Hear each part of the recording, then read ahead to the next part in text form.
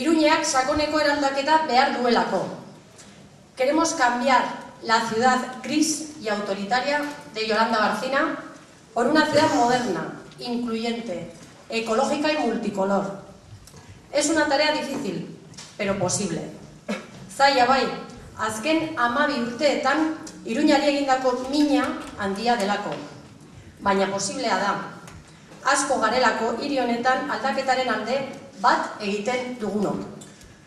Asko gara, bai, asko gara. Eskuinak zerbait ukitzen duen aldi oro aurrera egiteko aukera galtzen dela ikusteaz naskatzen garena. Eskuinak euskarari dion gorrotu ulertezina etengabe agerian geratu da. Simbologia frankista modu lotxagabean defendatzen ikusi ditugu bitartean, fusilatuen senideak zokoratzen dituzten bitartean.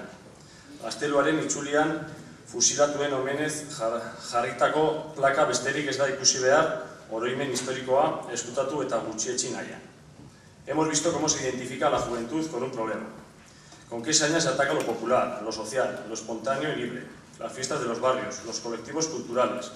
Hemos sufrido el poco gusto y desdén con que se ha tratado a nuestras queridas fiestas los Sanfermines. Iruña tiene que alcanzar la modernidad. Pamplona llegó tarde a su propia ampliación mediante ensanches, porque los militares dominaban el urbanismo y las posibilidades de crecimiento de la ciudad. Tuvieron que ser los y las iruindarras, mediante protestas, manifestaciones, propuestas, las que forzaran a ese ejército a dar el brazo a torcer y abrir esta ciudad hacia el sur en la década de los años 20 del siglo pasado. Luego llegó el franquismo. Transizioarekin aire fresko apur bat sentitu genuen.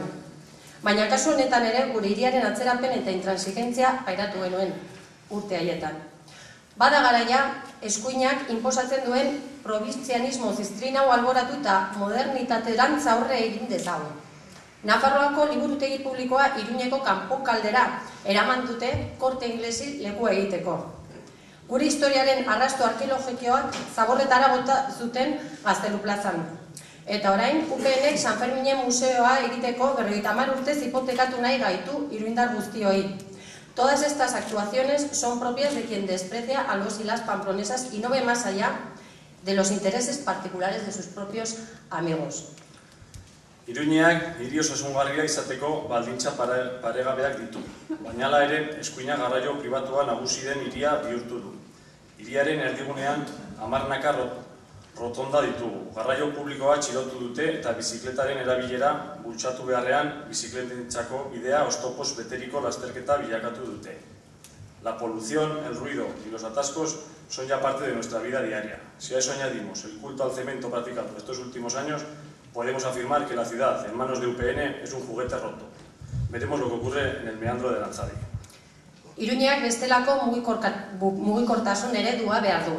Iruñeak kalitatezkoa eta eskuragarria izango den garraio publikoa behar du. Eta garraio pribatuek hiriko erdigunerako sarbidera murriztu behar da. Horrekin batera, oinezkoa hiriaren ardatza izan behar da, bizikleta zein oinez joan ahal izateko zirkuituak sortuz. Con muy poco esfuerzo, Iruña puede ser una ciudad muy accesible para todas y todos. Necesitamos cuidar más y mejor de nuestros parques y del río y su entorno, tratándolo no como una naturaleza muerta, sino como una naturaleza viva que se adentra en nuestra ciudad. Iruña tiene la obligación de ser incluyente y solidaria, y los servicios sociales deben ser el sistema vertebral de esa solidaridad. Oso garrantzitsua da agureen zainketa, baita zailtasunak dituzteena ere. Era berean, garrantzia handikoa da etorkinek edota gure txikiek jaso beharreko arreta. Eta ezin dugu utzi inor gauza hauekin negozioa egitea. Lo público, alejado del interés mercantil, gestionado de forma eficiente. Es el modelo de futuro. Queremos resolver los problemas de raíz y diseñar una Pamplona acogedora para todos y todas. Gobernar desde el respeto a la dignidad de todas las personas. Y en este sentido, queremos denunciar, porque no es de recibo, que un primer edil hable, como lo han hecho el señor Gallardón y la señora Barcina, de las personas sin techo. Las palabras del aspirante de UPN a la presidencia del gobierno rezuman desprecio hacia estas personas. Personas que viven en la exclusión. Pero no es nuevo, jarrera hori ez da berria. Duela urte bat Yolanda Barcinak pertsona etorkinei erroldatzeko eskubidea ukatu zien. Gaur ordea bazterketaren zuloan bizi direnenganako mespretsua adierazten du. Aski da, mespretsuez, intolerantziaz eta aurreiritziez. Tenemos la responsabilidad prioritaria de afrontar el desempleo y la difícil situación económica que atraviesa nuestra ciudad, de ofrecer alternativas de formación y de trabajo a aquellas personas que están en paro o en situación de precariedad. Aukera dugu krisiaren ostikada jasotzen dituztenei irtenbideak emateko, emakumeei, gazteei, etorkinei. Horretarako, tresna berriak eta ideia berriak sortzeko gai izan behar dugu. Eskuinak horrenbeste mimatu duen espekulazio imobiliarioari aurre egitea justizia eta eskubide sozialen aldeko urratsak ematea dakar. Ez dago azpilokoetarako tarterik. No vale hacer trampas.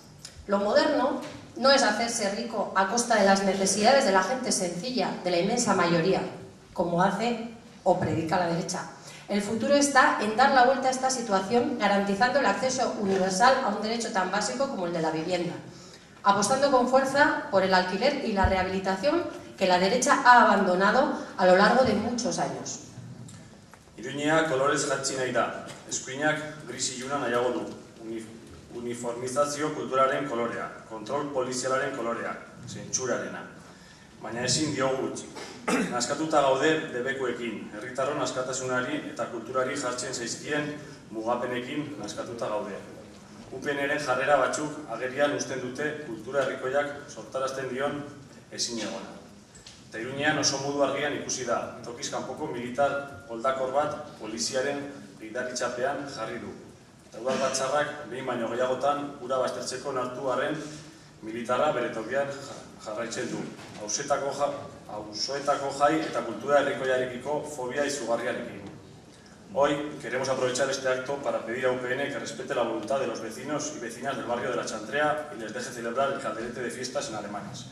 Y exigimos que no se repita el lamentable episodio del año pasado con las mangueras y se deje de usar de forma torticera y para crear confrontación, el argumento de supuestas quejas vecinales que nunca se concretan. Iruña necesita aire fresco, en definitiva. Necesita respirar hondo, sentir que ya nadie la persigue ni la coarta, liberarse del celo vigilante en tono amenazador de quienes ni saben ni han querido nunca gestionar desde el respeto efectivo a la pluralidad social, cultural y política de Iruña. Iruña necesita soltar amarras y lanzarse a descubrir su propio potencial social y cultural. Promover y respetar la iniciativa ciudadana. Abrir las puertas del ayuntamiento a la participación. Apoyar el talento propio de quienes disfrutan con el arte. Iruña, kolorez eta bizitzaz beteriko hiria izan daiteke, hiri irekia eta dinamikoa. Politika egiteko eredua aldatu dadin bultzada bat besterik ez dugu behar. Iruñean behar duena eskuina udal gobernutik atera eta herritarrok protagonismoa berreskura dezatela da. Iruña hiri modernoa, ekologikoa, solidarioa eta koloretsua izan dadin. Behingoz, bakean biziko den hirian. Zuen eskuetan dago, gure eskuetan dago, oraingoan posible da.